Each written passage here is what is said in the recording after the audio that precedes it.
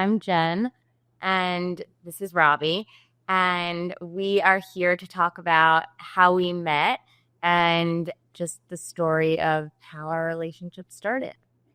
I love it. Thank you for being here. Hi, Robbie. Good to see you.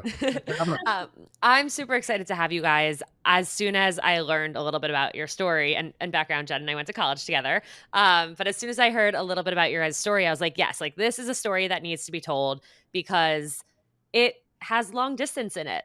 And it has, maybe some odds were against you guys, but you navigated it and you made it work. And I really appreciate the opportunity to hear from you how you guys made it through those early stages, how you went from being long distance to, being together, and what you would, go back and maybe do exactly the same, do differently, all that. So take me back to where it began. Well, I'll let Robbie tell the story. Well, you can start. I always joke, it depends on who asks the question, what story we start with, or I start with. And so probably keep Jen on her toes here. But yeah, I mean, ultimately, the way this story started was I was living in Austin, Texas, and I'd moved down there both for school, but also for my job. And amazing city, but my gut instinct was I wasn't going to find my pretty Jewish wife, Jen, in Austin, Texas, for a number of reasons. Partially too, just because of the demographic and those people that are in Austin versus Chicago, where I'm from, in New York. So had a bunch of different companies that I was covering in New York, and after living in Austin for a few years, I decided that it might make sense, to your point, to see a long distance, or at least taking a chance on dropping myself into different cities might make sense. And it started with New York. So yeah.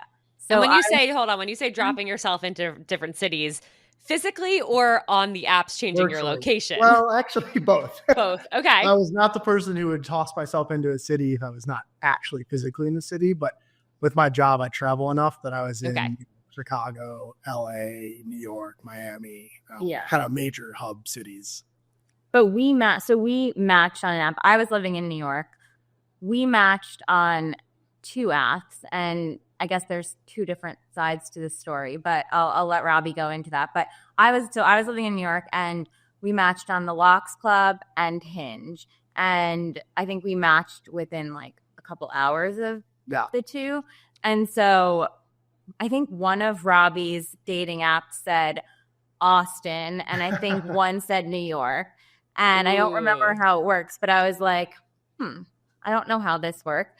Robbie, I'll let him tell the story as far as how we actually matched. But yeah. I mean, and again, for context, I'm 33 years old, and I had dated a couple girls, so I never really was on the apps in my entire life until I decided to go onto the apps. And within 3 months of being on the apps, this trip to New York happened where I matched with Jen. So I think Jen was one of 3 dates in my life that I had via an app. And the way I often tell the story, which has some truth into it and some I don't know for sure, is I was at a corporate dinner with some colleagues and some founders, and I was the only single guy at the table, and everyone thought it'd be fun to play the Dating for Robbie game. So I passed around my phone, God.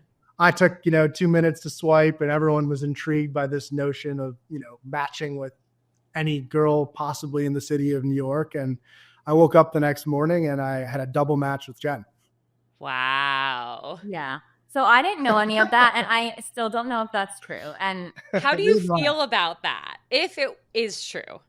So I feel like I tell myself that because we matched on 2 different apps, there's no way that they were on both apps. And so we had to have he had to have swiped at least on one of them. I tell the story in jest, but I know for sure I matched with Jen. I just like to say that it was a bunch of people throwing around my phone matching. I remember vividly.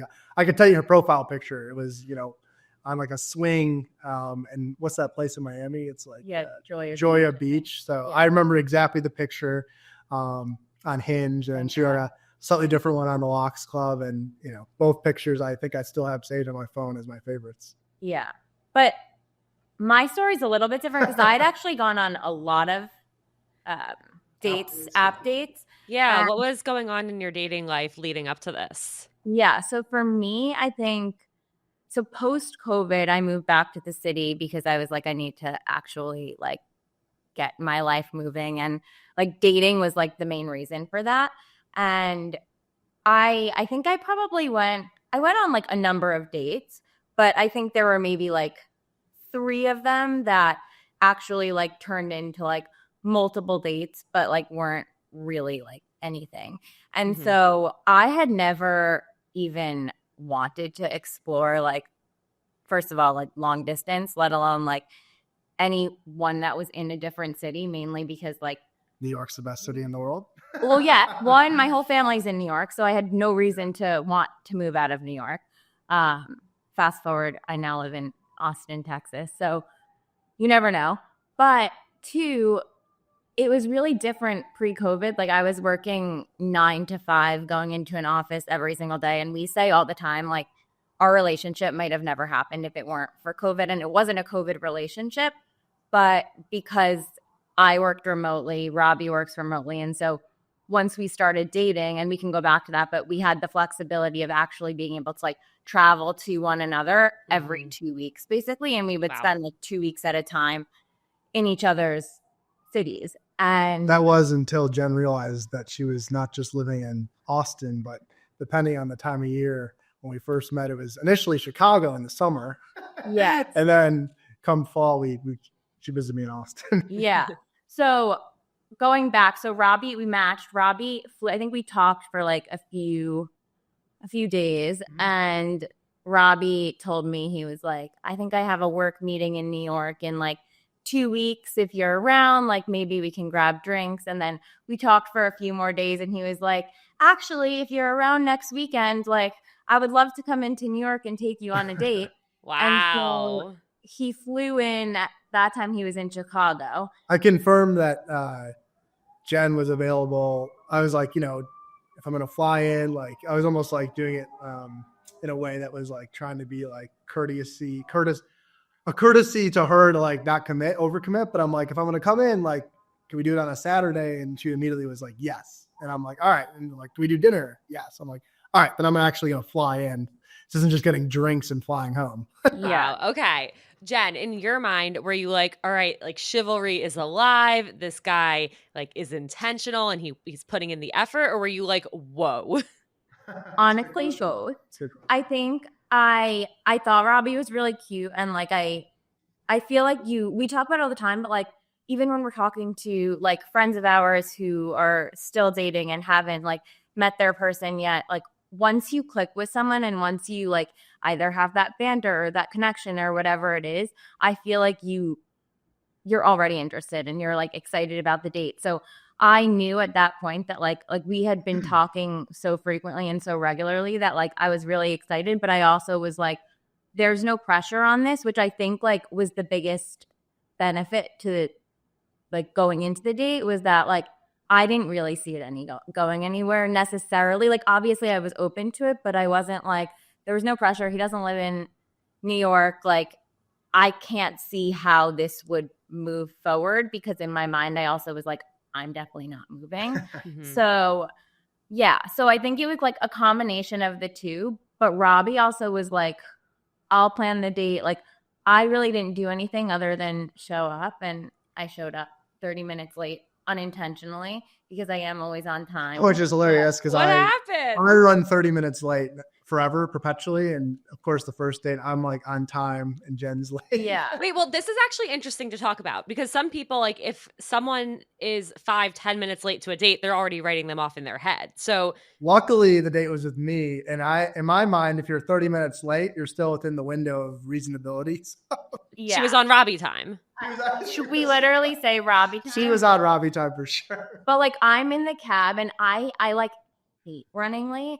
So I'm taking like a taxi or an Uber or whatever from my apartment, and we had a whole like night of dates. So we basically had 3 dates in one night, which we can get to. But I'm like sitting in the taxi like 15 minutes late. I get out of the taxi and I'm just like running to the Soho Grand. Meanwhile, like because I'm already like 15 minutes late, and I didn't want to he had like flown in. I like felt really bad. And the Handful of waiter them. was like, the waiter was like, I thought you weren't coming. Oh no. I had the waiter come by like every 15 minutes. The first 15 minutes, he like made a joke, and then I would, like 10 minutes later, he's like, you know what? I think the drinks are on me. He's like, I don't think you're having a date today. Oh. Yeah, but I made it. You did make it. Yeah. So we went to the Soho Grand for like a drink. Yeah. And then we went to Marc Forgione. Yeah, like when to your point on like the chivalry side, I would make an argument. I tried to make it as New York oriented as possible. I knew we were going to be walking.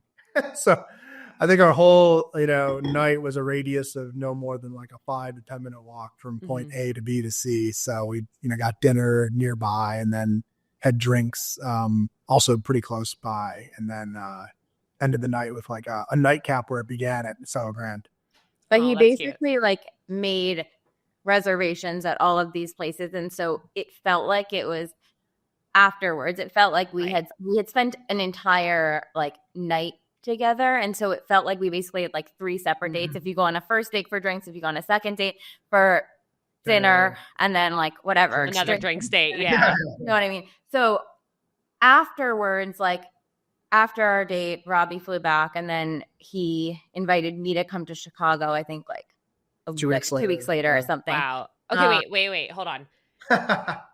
Let's talk about the end of the date. Like, how did you guys leave off? Was it like, okay, bye? Or like, all right, like we're going to figure out how we can see each other next? Because like you said, Jen, like you didn't think this was like going anywhere. No. So clearly something changed. Well, I'll put it in the simple terms. I said at our wedding in May, I can say at my toast, I've never not gone home with Jen. So you can leave it up to the imagination. But yeah, to that point, like the first date ended well, and that was never my intention nor Jen's. And I think, especially given like the context of this conversation, and my brother and my sister are single, like I kind of joke with them. It's like people have their like preconceived notions of like what should and shouldn't happen on a first date or second or third or fourth.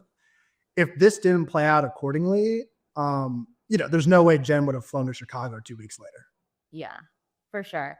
And then she stayed with me in Chicago. So. Yeah. So I was like we were like super comfortable with each other. And like after that, when Robbie invited me to come to Chicago, like I would have never gone to Chicago or any city to like visit someone that I had gone on one date with. And in Chicago, his family has a condo downtown where his sister stays. And I ended up staying with Robbie and his sister for the entire weekend. So things like move in some people's mind, like move very quickly in terms of like when you meet like the family or whatever. Right. And it just like, it felt very easy and it felt very comfortable. And like the only way we would be able to kind of see if things would work was to travel to one another. And at a certain point, you kind of just have to say like, yeah. And my favorite little story, like within the story is, fast forward 2 years, we're getting married in May. And when her mom, spoiler alert, it worked out. Yeah. Hopefully that's not bad, but yeah, spoiler alert, we're getting married in May, but it worked out. I think hopefully. But when her mom retells the story, especially when she retells it with my mom involved in terms of like telling how things went, she said to my mom, she's like, I was so nervous because I didn't feel comfortable necessarily with Jen visiting some strange man. And my mom goes, what strange man? And she goes, your son, Robbie. And my mom goes, Robbie's not a man. He's just a boy. Oh. What do you mean? It wasn't a strange funny. man. Yeah, So, Jen, what were your like friends and family saying about like, okay, this guy flew here for a date. Now you're like gonna go get on a plane and go to Chicago? Yeah. I had one friend who was like super supportive of it and was like, all of my friends knew like I wanted to like find my person. And like in the end of the day, like I was 29 years old. I'm like at that point in my life where like I can like make decisions without needing every single person's input. Whereas like maybe a few years prior, like what other people had to say like might have influenced my decision. But like because I was so excited about it, because I knew like I was really the only person other than like what I told everyone, like who knew how well the first date went. Yeah. That like I think everyone trusted my like gut instinct, but I also know like, and Robbie knows, like my like sister and my family, like they were more cautious because they were like, uh-oh, like if this works out, like Yeah, what does this mean? what does this mean? Right. And I think like there's no reason to like jump to conclusions in that sense, like so early, but also it's like follow your heart. You never know like who the right person is going to be. And most people, I think if you let that opportunity pass you, like you never know what you're letting go. So I think there were like mixed reactions to going to Chicago immediately, but also like what was I going to do? And Yeah.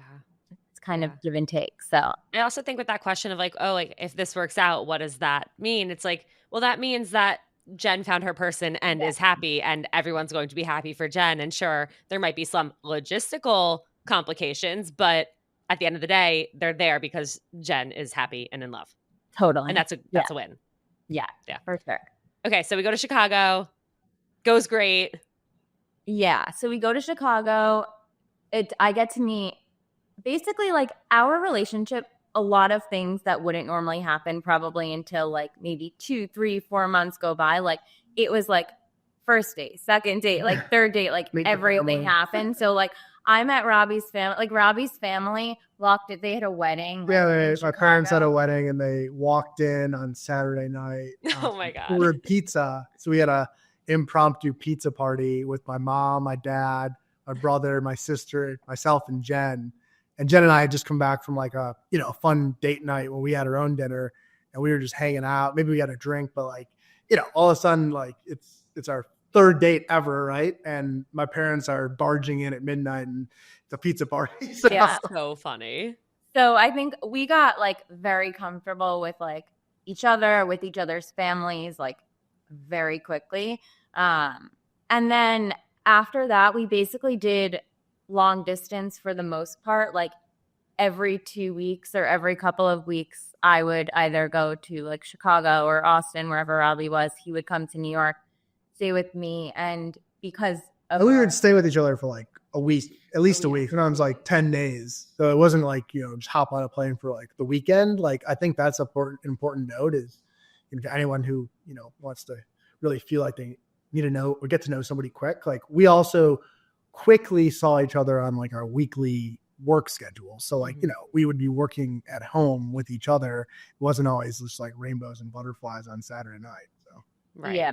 And I think that's something also that we realized, like at first we were every week, we were like, when we would visit each other, we were trying to go to like every single restaurant that we wanted to go out for drinks. And then we were like, we need to actually like live like normal lives, like people during the week. And I think that like also helped us get like very comfortable with like just a normal routine in each other's lives pretty quickly, I would say. No, it totally makes sense about like the initial feeling of like, oh, like we have to go out on all these date nights, especially like as we're exploring each other's cities together, because I feel like most couples I talk to, and I've been in long distance relationships in the past too, it's like there's this pressure to make the most of every single second that you do have together.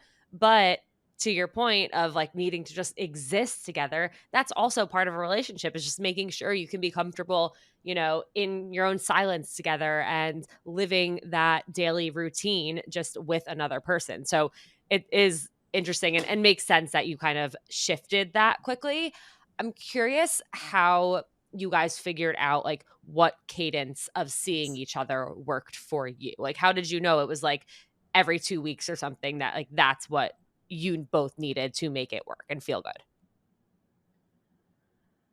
I think it was just like it became a routine almost. I don't even know if so backing up to like our 3 months into dating, we went on like a little weekend trip to Montauk, and Robbie basically was like not like an ultimatum or anything like this, but like we both have like we called it an addendum. Like an addendum to the. It was like you're joking like there was a contract because like, we were like, all right, like honestly, like straight to the point. Like after seeing each other for 3 months, we both really liked each other a lot, and to answer your question like very directly, given she lived in New York, I lived in Austin, and neither one of us were like imminently moving, I kind of like said to Jen like over dinner, in a good way, like this wasn't like an ultimatum in a bad way. I just said like, we both like each other, perhaps we both love each other even, and it's probably in our best interest to decide right now, like, are we moving forward with this? Like, could we possibly be like each other's person? And if we're not going to be, or we want to give it a chance to be, we need to decide now, like, we're going to be seeing each other like regularly, whether that's like 2 weeks, 3 weeks, I don't know. But we both spent enough time together that like it would have been detrimental for someone to like be like half in at that point, which again, 3 months in, people might say like that's a extreme viewpoint, but we were, I think, old enough and had dated some people that we knew like this was something special. And if we were on the same page, the last thing you want is someone to like, oh, I won't see you for a month. And then it's like, what does that mean? Even if there is no underlying meaning. I think that was also a big part of it too. And not to mention, like, it's expensive to have to travel back and forth. And like, it's an investment in a relationship. And like, you want to know that both people are on the same page. And I think so, like, while a normal relationship, you might not like, I think we might have had it even before 3 months. I feel like people say like, oh, like 3 months is when you have the conversation. Either way, we just wanted to know that like we were both on the same page so that like what we were investing time, like a lot of our time for those like 9 months before we were living together was like dedicated to building our relationship. And like some of that was like missing out, like I know for me, like missing out on like certain like friends' birthdays and certain things that like it was really hard to like not be there for, but like our relationship was like so important. And I knew like it's there's the give and take and people understand, but like some people don't. And until they got to know Robbie and got to know like how important it was to me, and obviously like in the beginning of a relationship, like all people know is what you tell them, and until they get to know that person, it's kind of like, oh, like you're putting them over me or you're doing this. And you have to look past that to an extent. Like I didn't lose any friends or anything like that, but it's hard. You need to balance. And I think lost like 3 friends, I think. Balance is something that we, or at least for me, like I had to learn along the way in terms of making sure that like I was giving enough time to like every single person in my life. And also like last thing I'd add is like Jen doesn't get even nearly enough credit. Like I am one of those people that if I could, I'd have a plan every day, 365 days of the year. I love plans and I always make plans. So when Jen says like I had to miss some stuff that like maybe she was going to do something with like a girls trip or this and that, I had plans like every weekend for us. So, like it meant a lot to me that the person that I was going to ultimately spend the rest of my life with, like could jump on that same kind of carousel of my life. Mm-hmm. And obviously I had plenty of situations where I think, I had to make hard decisions so that I could ensure I saw Jen as well. But, at the end of the day, like it was a symbiotic relationship and, I give Jen credit because I think she likes all our plans, but there's definitely times where she probably wants to just watch a movie. Yeah. Well, I give you both credit. I mean, I think from the start, you were both very communicative and intentional about how you approached your relationship, and whether that big conversation happened earlier than it would have in other situations or not, like that was a really important conversation to have. Like you want to make sure you're on the same page, especially when you're both sacrificing other aspects of your life, and to also learn how to navigate like, okay, yeah, you have to prioritize each other. You have to prioritize yourselves. You still want to prioritize the other people in your life. Like it is really difficult to juggle and to navigate, but I think you guys were able to do it because you both knew like, okay, this is so important to us. And we've communicated that. There's no doubting that here. And so we have to see this through. We owe it to ourselves and to each other to see this through.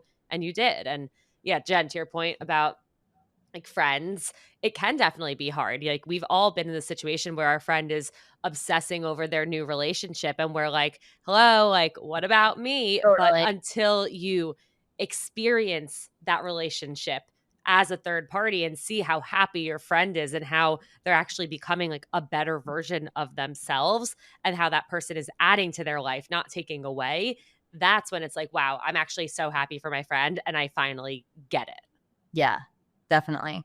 I mean, we experienced that, and I think there was also that balance of like when Robbie's in New York, like how do we find the time to like make sure like we're doing like our date nights and our like things that we want to do, but also like incorporating like my friends and like going on double Family dates and family. Exactly. And like there's only so much time. And so it's worth it to make like the most like there were plenty of times where we were like exhausted and like we'll probably get more tired, but like exhausted where it's like we went for brunch with like a girlfriend and like her boyfriend, like dinner with my family, like drinks with this person. And it's like you fit, and we still do that, honestly, but like you fit in everyone because you want to. And like in the end of the day, it's so worth it. But it's like you work for it. It's worth it. But it is work, but exactly, it is worth it. Okay. So how did the decision of you, Jen, moving to Austin come into play? And because in the conversations I've had about long distance relationships, it's like you have to kind of early on figure out like, okay, if we want this to work, eventually we're going to have to end the long distance, which means one of us has to make a move. And like you said before, like your friends and family were all in New York. Yeah. I mainly like it came down to me having more flexibility with my job. I also was ready for a change of like scenery, a change of pace. And I think that while like I would never want to leave New York mainly because of like friends and family, I wasn't tied to the city itself. And I felt like I had like 10 years, like I'd lived there for so long and like I had like squeezed out everything that I could. But also what was really cool was like I got to experience it for like 9 months in a different way with like Robbie, where like he didn't live there. So we weren't doing cool different things with each other. And so having like living it up. Yeah. I was like, okay, I knew kind of like along the way that it would probably be, and it was never really like we never really talked about it until we talked about it, but I sort of had been mentally preparing myself because I knew Robbie's job and like I knew that like I think if it came down to it and he really needed to, like we could have made it work, but I had flexibility, and luckily like with work I was able to like apply to fully be remote rather than like hybrid. And so it was never like a hard conversation between the two of us because I didn't try to like force Robbie to move to New York or anything like that. And of course, every single person, all my friends from Chicago, all of Jen's friends from New York, every time they visit Austin, they're like, I think I could move here. So it's not like, I don't want to publicly say cities that I would say like are not the best cities to live in, but I think Austin's a soft landing spot. Yeah, for sure. I mean, I've heard incredible things about living there. I've always wished I was the type of person who could pick up and move somewhere else. Unfortunately, I'm not, but I'm envious of those who are. I will say, I don't think Jen and I would have said we were those people either. And I'm not from Austin, neither is she. I'm from Chicago. She's from New York. And to your point, and like the whole, theme of this conversation is like, you never know. Never know. You really don't. You really don't. Yeah. So what was it like finally moving to Austin, moving in together, closing that gap? And did you say it was 9 months? I think 9 months probably. Okay. Yeah. Talk me through that phase. I think it was such an easy and like natural transition for us just because we'd been living together since our first date, our second date or whatever, when I went to Chicago and I spent like the whole weekend like living with Robbie. I felt like we learned so quickly how to live with each other. So when it came down to us like having our own apartment, it sort of just felt like, oh, this is so great that like we can build this new space together. And like we were both so excited to be able to Robbie would FaceTime me when he came to like look at the apartment that we live in now, because obviously I wasn't going to fly down to like come look at it. But like it was so exciting to be able to like build like a home together and build a space that like when you're living in each other's, like sometimes it's hard to like actually feel like it's yours. And so I think it was like very easy for us to live together. It wasn't like as easy moving away from like family and moving away from friends, but at the same time, like I had already like met all of Robbie's friends here, and it was such an easy like. Yeah, what was nice too is like for context, like I moved down here for business school, so like that chapter of my life looked a lot different. And I joke like I didn't have like the adult apartment. So like now when Jen was ready to move down to Austin, it was the first time it was like turning a page. So I had built this great base of friends, like mature business school friends, in the sense that like most of my friends were engaged or married, some had kids, some were buying homes. It was like a really nice time in like our lives collectively for Jen to be incorporated into a lot of these like more mature adult relationships where everybody was sort of building for the future and the family versus, when you're in your younger 20s, it feels like, like the version of Austin we live, I think, is different than someone that like, lives in Austin when they're 23 or 24. Right. Jen, how did you approach creating it, not just as like your world with Robbie, but also your world for you? Because I've heard sometimes when people, one moves to the other city, it's like, okay, well, their whole life is established here, but you're coming in maybe without your own individual like girlfriends who live in that area and all that. Like, how were you able to find your independent footing there? I think for me, like I had, and we're both not really big, especially with just like our lifestyle, not very big, like routine people. But when I can get into a routine, and I think like for me, like going to like my workout classes in the morning is like a huge thing. And so being able to like find that in Austin was a place that like I could then also meet people. And I felt like it was like my time to like do just like what I'm used to doing. And it helped me kind of adapt to the city. But also like I think I got lucky with Austin being the city because there's so many people here that are like moving from New York, LA, Chicago. Like it's such like a hot city right now that everyone wants to make friends and everyone wants to be your friend. And there's so many like outdoor activities and whatnot that it kind of I think was easier than it might be in some other places. But at the same time, I think mainly just like getting back into what my routine would have been in New York and doing the things that I love made it feel like it was like my city too and not just like me moving into Robbie City. I love that. That makes sense. And I think that's such a good point of like figuring out what you need and maintaining that sense of self and that sense of routine. And that is also naturally how you will meet people.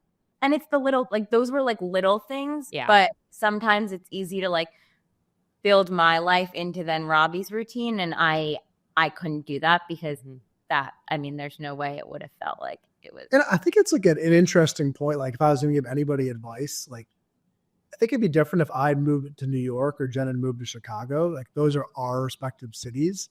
I don't think at all, like I feel like this is like Austin is not my city. I've lived here for 5 years. Jen's lived there for not 2 years. It really feels like our city, our story. Like that's why we're having our wedding here. Because I think it can be a little more complicated when, to your point, like somebody has like, this is my their entire world, my memories, my friends. This was like our collective experience. And that middle ground of having, a city where nobody like has been there their whole life. And honestly, the other thing too, which, just to be crystal clear, like, we don't have our family in Austin either. So like our family is our friends and, work is incorporated in that and kind of all blends together. Yeah. How have you guys approached visiting family? Because we could spend a whole other podcast. Yeah. Well, I imagine that's difficult when your families are in two places and neither of those places are where you guys are. Put it this way. We've got good status on United, Delta, American, JetBlue. Yeah. To give you an idea, and we make a big effort to like balance our families. So like for Thanksgiving, for example, we had a wedding in Mexico the weekend before and we flew. One of my best friends. We flew from Mexico to New York and we spent like 3 days with my family in New York. We did Thanksgiving with my family in New York. And then Friday morning we flew to Chicago. Wow. And we spent the weekend in Chicago. And so that's not always normal. Thanksgiving, we've done that way the last 2 years because like that week you have like More almost a week and you have flexibility, more flexibility. I would say like we're very lucky that our families and we purposely like tried to like incorporate everyone into like so many different like activities together and whatever, but everyone loves each other, so everyone like wants to spend time together. So I think like the hope is in the future like we can combine like we holidays and we hosted Jen's bridal shower in Chicago, which, ironic, right? Like no one in Jen's life ever has been living in Chicago, but yes, my mom's friends that hosted it, and Jen's whole family stayed with my family, including like cousins and That's good amazing. friends at my parents' house, and we just made it all about family, and it was a great weekend. I think we're really lucky though because also like even though last Thanksgiving, like we did travel after Thanksgiving Day to Chicago. Like the week before, Robbie's whole family came to New York, and like we spent a week in New York with like my family, and so we try to make like it work with everyone as much together as possible. That sounds really, really special, and you guys are definitely very lucky. And it definitely takes effort, but it's absolutely worth it. Yes. Yeah, it doesn't always work. We know many For sure. Yeah, you And can't again, do it all, but you can try. Not always perfect for us either in terms of Yes. coordinating, but Totally. we try. Yeah. Okay, I want to hear your engagement story. Before we do, I quickly want to ask, is there anything that surprised each of you? Kind of like expectations versus reality. But anything that surprised you guys as it pertains to finding your person that you're going to spend the rest of your life with? I can start. I'll be brief. I'll let Jen go after me. I think if you asked any of my friends, they would say Jen's exactly who I expected you to be with. And the reason I say that is for all the good reasons. Like I don't have any like negative reasons, but I do have like probably a bit more of a type, and Jen's definitely my type. So I think the answer is more no surprises than surprises, but I don't think anyone expected me to find my wife in New York and it be a long distance relationship. That's probably not what people would have said. So. Yeah. Although I do think that people would be less surprised about you finding that than me, because I think that like, it's not surprising that you're constantly traveling into so many cities. Like, I think that was the most surprising for me and for the people that know me is that like, I would have personally never in a million years, like purposely put myself in a position to date long distance or to meet someone outside of New York. And there were plenty of times where like, if I was visiting like a different city, like I would go on the apps, but like never really like fully intentionally like trying to meet someone in that city. And so I think like, and we say it all the time, like you truly never know. And I would have never in a million years thought I would move to Texas, maybe leave New York, but to move to a different city and like to build a life in a different city and like who knows how long we'll be here, but like you really never know. But it's mainly it obviously is for the right person, but I didn't question it because it just was so right. Just so, yeah. Yeah. I love that. Okay. Proposal time. Let's hear it. Wow. This was a long time in the making, and my parents and Jen's parents were involved in the background, and they're very happy that the proposal's over because everyone thought they were going to blow it naturally with the secret. But yeah, I mean, the short version of it is Jen had already like at some point expressed to me a couple of things. One of which was like, I just knew, we both are close with our family. And, I knew going into it that like it was going to have to be something where both families were involved in some capacity. Now the interesting part is the way this played out. I think Jen was like thinking like every month as it got closer to this most recent March, she was thinking to herself, when's it coming? And like, I'm not sure how this is going to match up because like the only time we all would be together is if like we saw each other in New York, Chicago, maybe in Florida around like Christmas, New Year's. So I think in some ways Jen was thinking to herself, like, maybe this isn't going to be exactly what I had hoped for. But the long story short of it is Jen's an amazing skier. She's better than me, which there aren't many sports, if any, that I'd say she's better than me, but she's a great skier.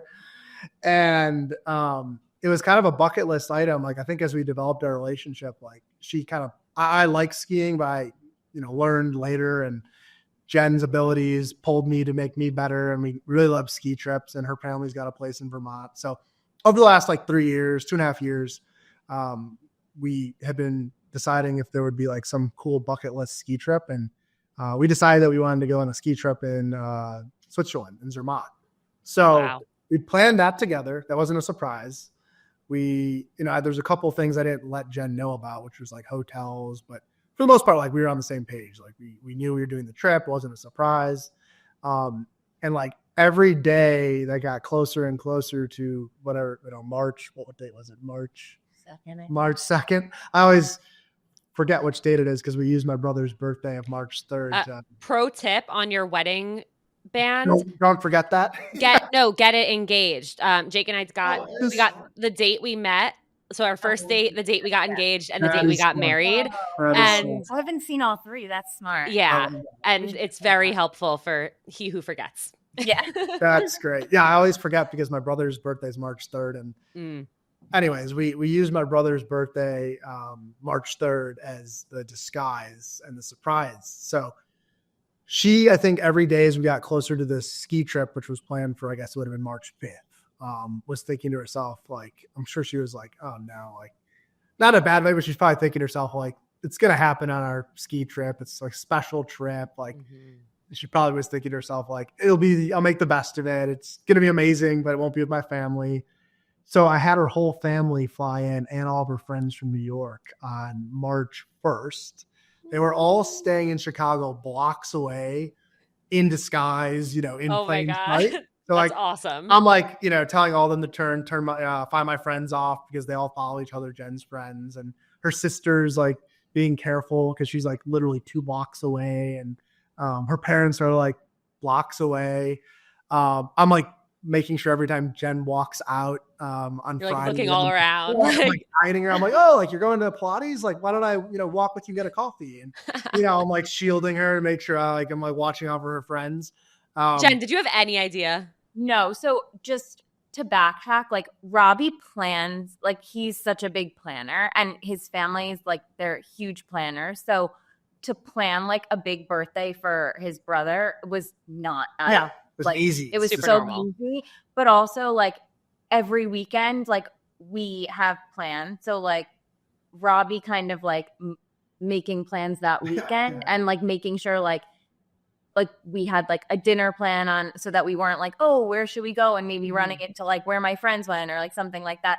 That wasn't like unusual. So there was nothing that like made me think anything. And at that point, like I was fully convinced that it was going to happen on our ski trip because to Robbie, what Robbie said, like I did want my family to be there. And there were 3 times that I was like, okay, like it could have been when we were in New York for before Thanksgiving. Or came and went. Or in Florida, and I knew my sister wasn't in Florida unless she was going to fly down. That came and went, and so we were like flying out to our trip a few days later, and like I had already been like planning my outfits for our trip, and like showing like my mom and Robbie, and like thinking about like which outfit, like and making sure these would be good outfits for like an engagement, and so I had like no idea. I'll let you finish this. Yeah. So, I think at that point, Jen had, flipped the page and said, all right, it's going to be on our ski trip and I'll make the best of it. I'm sure she was super pumped and excited, but she probably mentally was like, that's going to be amazing. It wasn't exactly what I'd hoped or wanted. It was still going to be amazing. But, literally, 2 days before we left was, Friday night where everybody flew in, and then Saturday, Jen and I went over to like a hotel bar near our condo in Chicago. I told Jen that we were meeting up with like some buddies for a drink before dinner for my brother's birthday. And my brother's birthday, we said we we're going to get like dressed up because it was a nice restaurant. And perfect. My parents. But also like these conversations with like about getting dressed up and what everyone's wearing happen like every single time we're going out for dinner. Yeah. It wasn't weird. No idea. But sometimes there's like engagement stories where it's like, oh, like I was told to like get dressed up and it gets fishy. Like it wasn't fishy because those are conversations that like I feel like your family had all the time. Yeah. So we got there to the lobby bar, or the bar I should say, at the hotel, and it was crazy beautiful March 2nd evening in Chicago. It was like 65 degrees, which usually it's in the 40s. And we walked outside of the little patio that overlooks Michigan Avenue, and there was like a roped off section. And I walked over there and I was like, oh, interesting. Like I knew the photographer was there waiting. I said to Jen, I'm like, I wonder if like they're hosting like a private party or something. And Jen like poked her head over there, and like I had her positioned perfectly where the photographer told me to position her.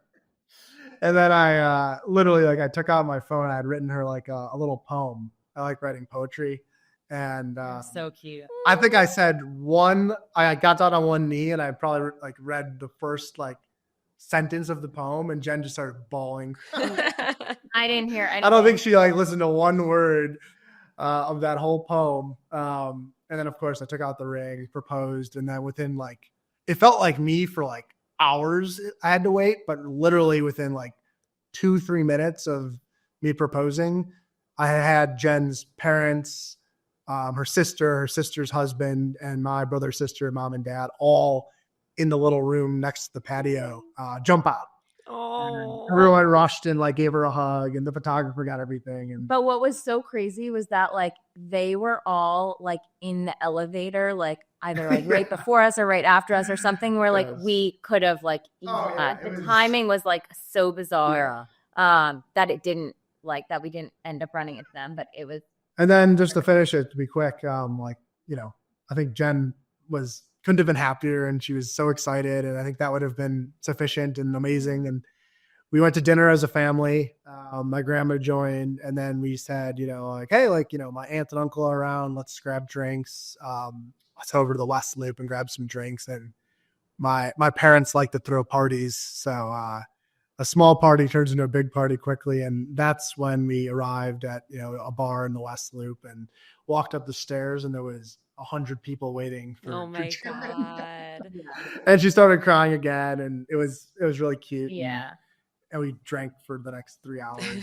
And then went to Switzerland. Yeah. Well, and then I will say, like, to finish this, like, we said this to a couple of my friends. There's nothing better than like having a trip right afterwards. I think, Jen and I jumped on the plane the next morning, and we planned our honeymoon, I think, on the plane. Yeah. We were That so is excited. We were so Awesome. excited. Oh my God. That's incredible. Where are you going on your honeymoon? We're doing the south of France. Oh, The funny thing was like we didn't even really ever talk about our honeymoon. We do a lot of like traveling, but I mean, a honeymoon is obvious. Like you rarely have like an extended period of time where you can like go somewhere, and we didn't really talk about it. And then we sat down on the plane to. We were like, oh, you got a 7-hour flight, so we just did like pros and cons of all the places. Then by the time we landed, we're like, all right, like, that's got it out. Yeah, that is awesome. That is so cool. I'm so happy for you guys. This is seriously such an amazing story, and I also love that like Jen, your friends all showed up there for you. Like that's so incredible. It's so important to me too. Like, yeah, I mean, give them credit. We already sometimes ask them to travel a bit when they're trying to visit us, and the second they got the invite, were like, I had talked to Jen's twin sister, Jamie, and Jamie was like, of course, we're all going to fly in. It's such a special moment. And they all were there for Jen. So that's amazing. Yeah. And they were like they were like the first people. They were standing like right where I walked in. So it was like, I like lost it. Someone has a video. It's so, she was but it was so special. Oh, that's amazing. That's incredible. Okay, we end every episode of Seeing Other People with one question, and that is, what is the best piece of dating or relationship advice you've ever received or have to give? I can start. I think I would give a piece of advice, and it would be, if you feel it, go with your gut, because I think there's so many people and so many things that can try and convince you out of something, but you know deep down, and if you do feel something deep down, go for it, because you never know what can happen. And I think especially with dating, like following your heart is what they always say, but like people don't always follow their heart because there are external like other things that come into play. And I think for us, like that was the biggest thing that kind of led us to where we are today. Yeah. There were probably a million things you could have said to yourselves to talk you out of the Totally. situation you were in. To But not even go you felt on a it. second, right? To not even go on a second date. Like I To could not have go been, on a first date. I don't want to get on a flight. Yeah, to not go on. Exactly. Totally. So I'll just be like super succinct because I try to give my sister and brother dating advice. But I think like the easiest and simplest piece of advice I would give to anybody, and has also been given to me, is ultimately timing is everything. Well, I do think like there's a special person for everyone. I don't necessarily know if you're in the point of your life where you know who that person is until you are at that point of your life. And every relationship matters. It all like culminates into who you should be with. But at the end of the day, timing is everything. So don't discount like where you are and what stage of your life, and you're in the right place. You have to just make sure, you keep plugging away. If you're not where you are today, you'll be there tomorrow. Absolutely. Robbie, Jenn, thank you guys so much. I'm so excited for you. Congratulations on all of the love and happiness so far. And I can't wait to see those wedding pictures and those honeymoon pictures when they come. But I can't thank you guys enough for being here. And I'm so happy. And your story is so incredible.